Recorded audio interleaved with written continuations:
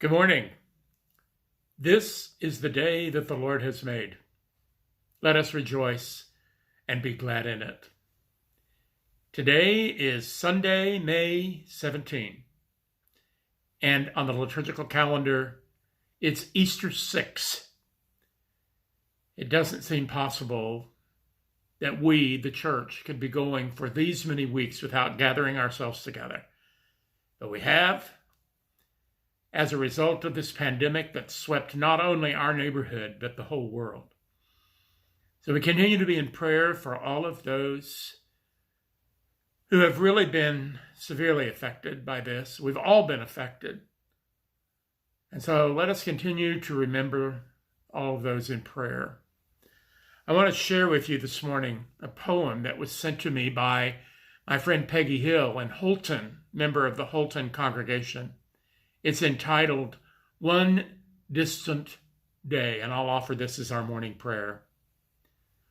Hope propels us toward one distant day when we can freely gather rather than measure 6 feet away. Hope encourages us to await a better day when schoolyard swings no longer still thrill every child who wants to play.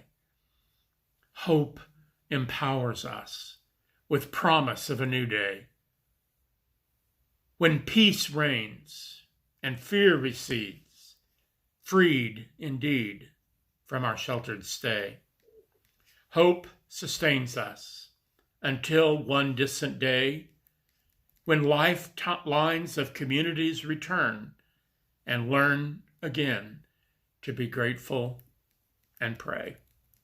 Thank you, Peggy. That's beautiful. I want to share with you this morning the lectionary reading for the epistle lesson this week, this 6th Sunday of Easter. And it is in the 17th chapter of the Acts of the Apostles. Remember, it was Dr. Luke who wrote the book of Acts. And it was his second volume, second to his gospel. And so he tells the story primarily of the missionary journeys of the apostle Paul, who went all over what was then known as the uttermost parts of the world. This passage is from the 17th chapter of Acts, beginning with verse 16. So you can put me on pause for a moment if you want to go get your Bibles and open them up to this passage. Acts 17, beginning with verse 16.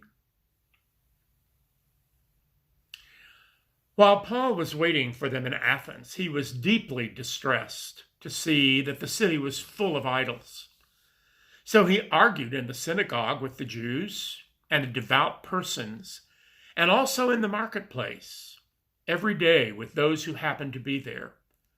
Also, some Epicurean and Stoic philosophers debated with him. Some said, "What does this babbler want to say?" Others said, "He seems to be a proclaimer of foreign divinities." This was because Paul was telling the good news about Jesus and his resurrection. So they took him and they brought him to the Areopagus.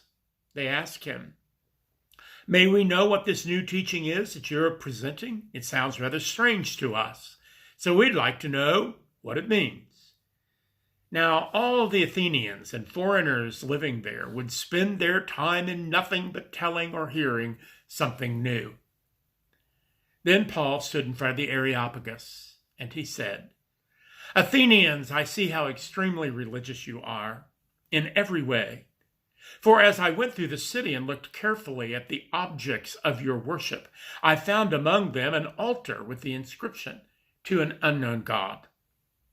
What therefore you worship as unknown, this I proclaim to you. The God who made the world and everything in it, he who is Lord of heaven and earth, does not live in shrines made by human hands, nor is he served by human hands as though he needed anything, since he himself gives to all mortals life and breath and all things. From one ancestor, he made all nations to inhabit the whole earth. And he allotted the times of their existence and the boundaries of the places where they would live, as so that they would search for God and perhaps prepare and grope for him and find him. Though indeed he is not far from each one of us. For in him we live and move and have our being, as even some of your own poets have said. We too are his offspring. Thus endeth the reading of the word. I was honored some time ago to receive an invitation from a clergy colleague in Northeast Kansas, asking me to give the sermon at his installation service as he began a new ministry in a historic Disciples of Christ congregation in the Kansas City area. A few weeks before the service was to happen, Pastor David called me to confirm the date and the particulars about the worship service. And in the course of that conversation, he said, "Oh, and by the way, I need to tell you that the regional minister of Kansas City will be helping with the service, and there'll be several others who will be there involved. The regional minister from Mid-America, the Kansas regional minister, and also the preaching professor at Central Theological Seminary will be taking part in the installation service." Well, Pastor Dave and I finished our conversation, and I leaned back in my chair. And it so happened that I had been contemplating the 17th chapter of Acts that morning, the chapter that I just read to you. And I asked myself a couple of questions as I contemplated 3 bishops, regional ministers, and 1 preaching professor. I asked myself, if Pastor Dave is having the preaching professor at Central Theological Seminary take part in his installation service, why is he asking me to preach the sermon? Second question, do I need to read a couple of textbooks on how to preach a sermon before I undertake this task of preaching within the earshot of a preaching professor? Thirdly, I wonder if this might have been how the missionary from Tarsus, now the Apostle Paul, on his second missionary journey throughout the Greco-Roman world might have felt as he stood up before all of those scholars when he was taken to the steps of the Areopagus in the center of Athens. Well, the lectionary text for this 6th Sunday of Eastertide, as I said, comes from the Acts of the Apostles, the narrative that I just read. And, you know, if you just begin with the beginning of Acts and read a few chapters, you'll discover from one simple read that it is most obvious that Paul, the very first Christian missionary who took the good news of the resurrection to what seemed at that time to be the uttermost parts of the world, he had a deep conviction, sharing his faith, telling his story, his testimony, his personal encounter with Jesus on the road to Damascus. Remember that story? But when Paul arrived in downtown Athens, he must have been totally overwhelmed. He knew he had a tremendous challenge ahead of him. As he walked into the streets of the city, he noted that there were statues to Greek gods on every street corner. There was a statue of Athena on one corner and one of Zeus on another corner. There was a statue of Mars and Jupiter and Venus and Neptune and Diana. Maybe you remember studying about all these Greek gods in mythology in high school or maybe middle school. Remember, these Greeks worshipped these gods. So imagine how Paul must have felt, how strange it would have felt to him, how absolutely countercultural it would have been for the apostle. This apostle who had a lifetime of training as a Jew, who had always heard there is only one God and creator of us all.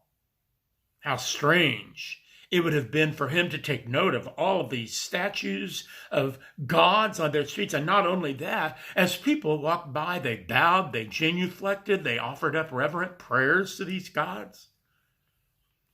So here's this first century missionary, Christian missionary, on the steps of the Areopagus in central Athens, the Roman Empire's scholastic academic center.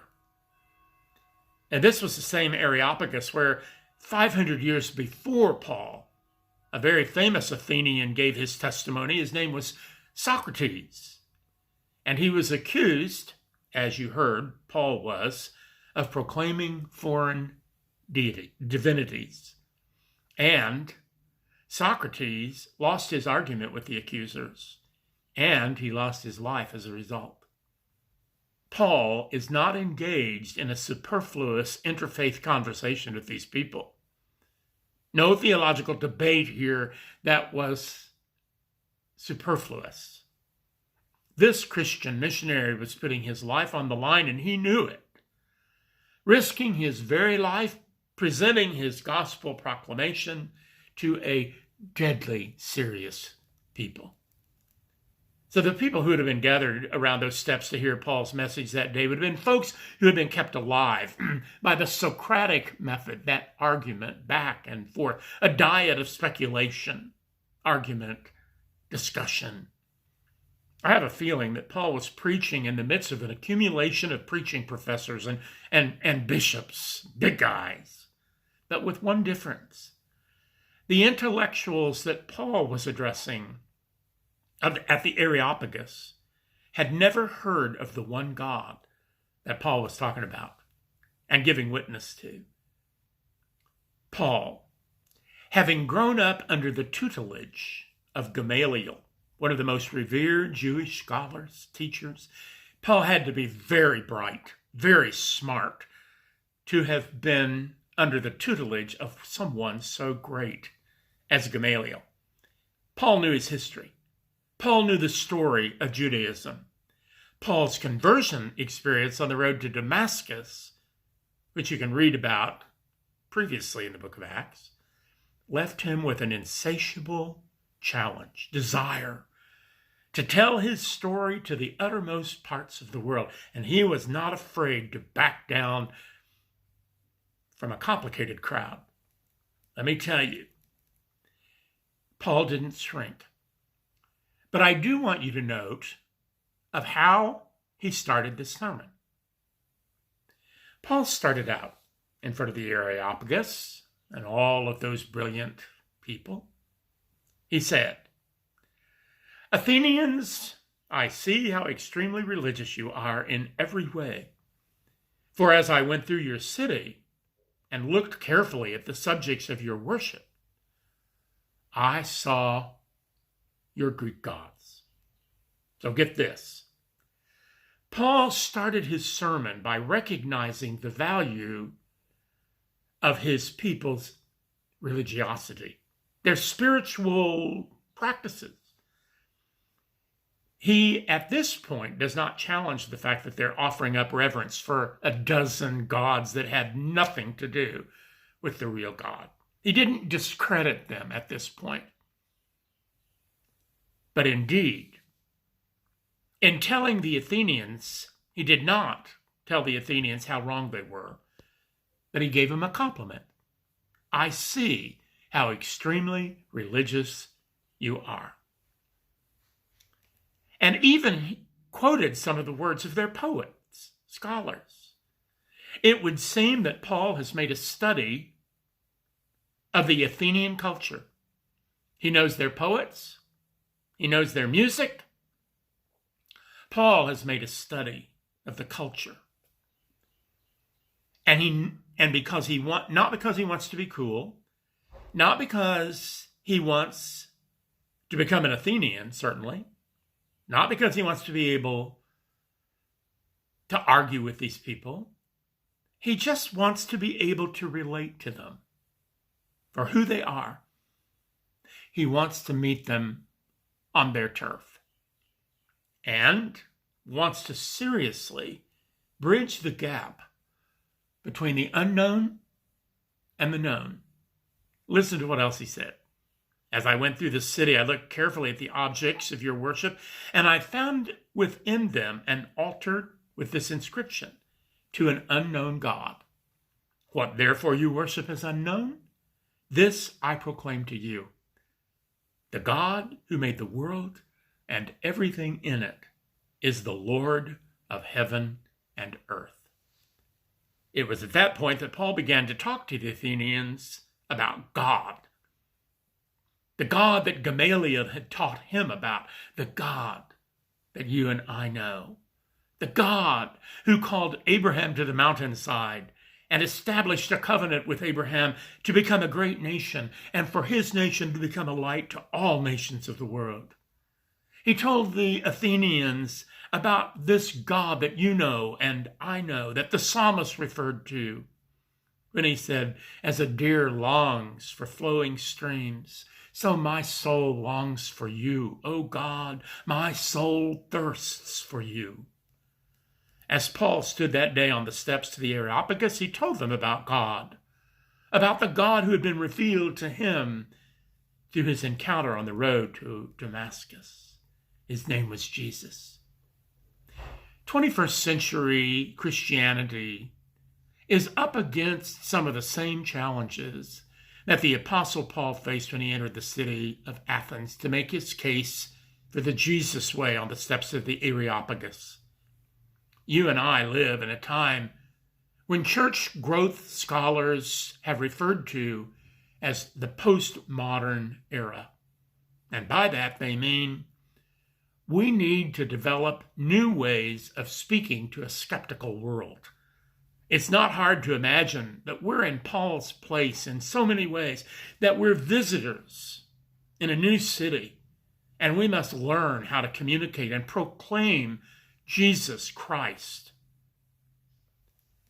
Not long ago, well, about a little over a decade ago, Pope John Paul II wrote an apostolic letter that he entitled On the Rapid Development of Technology in the Era of Media. John Paul wrote that the church faces many of the same challenges in proclaiming the gospel in this 21st century world as Paul did when he stood at the Areopagus. John Paul specifically stated that the first Areopagus of modern times is the world of communications, he said. And John Paul went on to say that the communications media have acquired such importance as to be the principal means of guidance and inspiration for many people in their personal, familial, and social behavior. He went on, we are dealing with a complex problem because the culture itself, prescribing from its content, arises from the very existence of new ways to communicate with hitherto unknown techniques and vocabulary. That's end of quote from John Paul. John Paul has been also quoted by church growth specialists who are observing these days it is the reality of a dramatic shift in the way people engage society and one another. What we're beginning to realize is that the church needs to find new ways to relate to people, especially those outside the church. We Christians are facing our own postmodern Areopagus moment.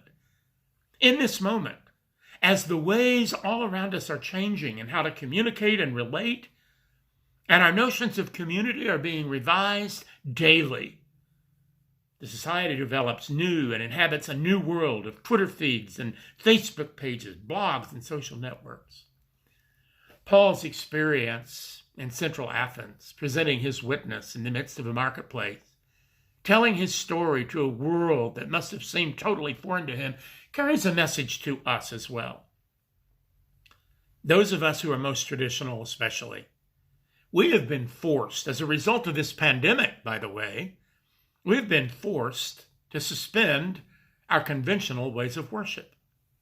As we reach out, though, through mass media, just like I'm doing right now, our Gen Xers, some of our millennials, and some Generation Y, who are not attracted to conventional ways of doing church, have been listening.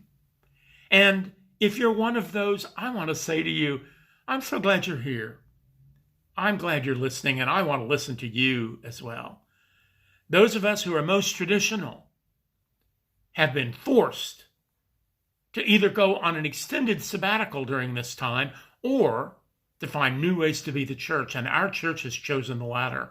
And believe me, getting used to recording sermons on YouTube has not been an easy experience for me. But I say welcome to any of those who are listening to me this morning that I don't know. And I hope we can continue to communicate. And you know what? I want to listen to you too. I'd like to hear back from you. I want to learn new ways to be the church that are not necessarily the conventional ways. I know that we cannot sharpen our witness to our faith in the social outreach of the gospel of Jesus by condemning people who do not do it the conventional way. We need to be like Paul. We need to start out with the affirmation that he made to the people of Athens. He said, I've noticed how religious you are. I'll be listening to you.